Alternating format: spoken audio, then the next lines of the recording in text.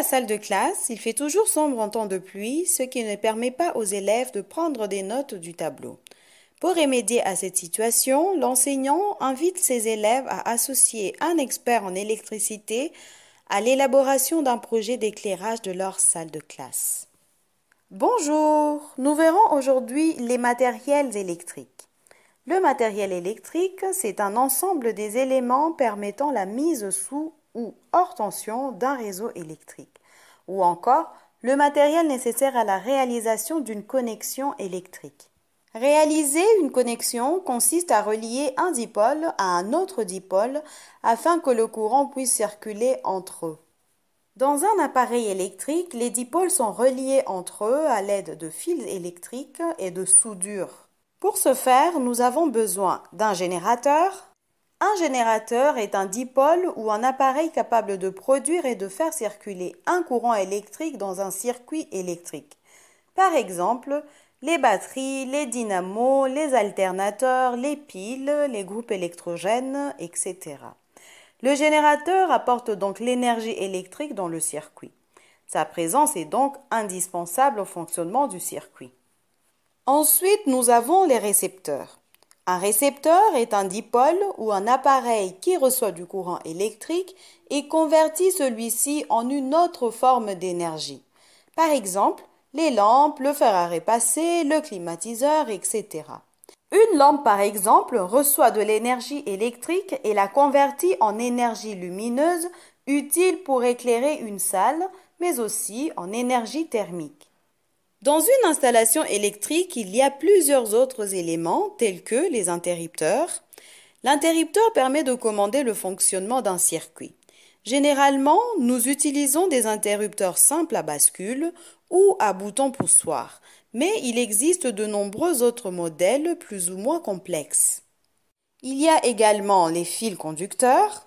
Un fil électrique est le composant électrotechnique qui sert à transporter l'électricité. Il est constitué d'un matériau conducteur monobrin ou multibrin et souvent entouré d'une enveloppe d'isolation. Son intérieur est appelé lame du fil. À présent, voyons quelques appareils de mesure électriques. Il existe différentes sortes d'appareils de mesure dans le domaine de l'électricité. Ces appareils permettent de mesurer, entre autres, la tension dans une installation. Nous avons par exemple les multimètres, permettant de mesurer la tension, l'intensité et la résistance, les testeurs de tension ou les vérificateurs d'absence de tension.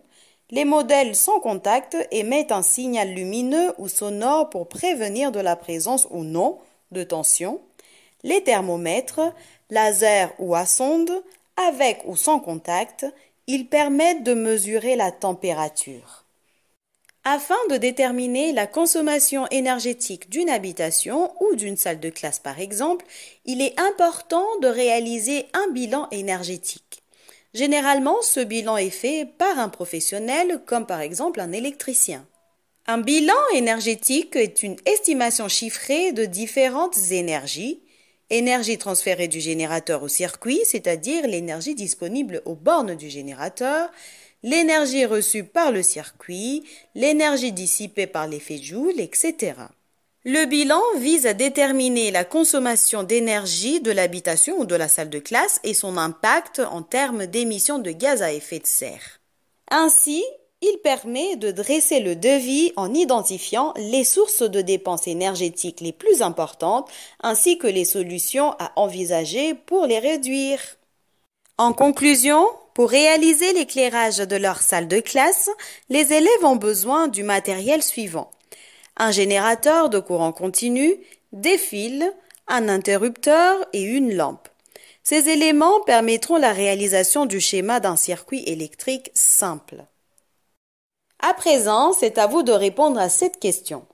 À partir des éléments cités dans la conclusion, c'est-à-dire un générateur de courant continu, des fils, un interrupteur et une lampe, réalisez et commentez un schéma d'éclairage. C'est tout pour aujourd'hui, bon travail, à bientôt!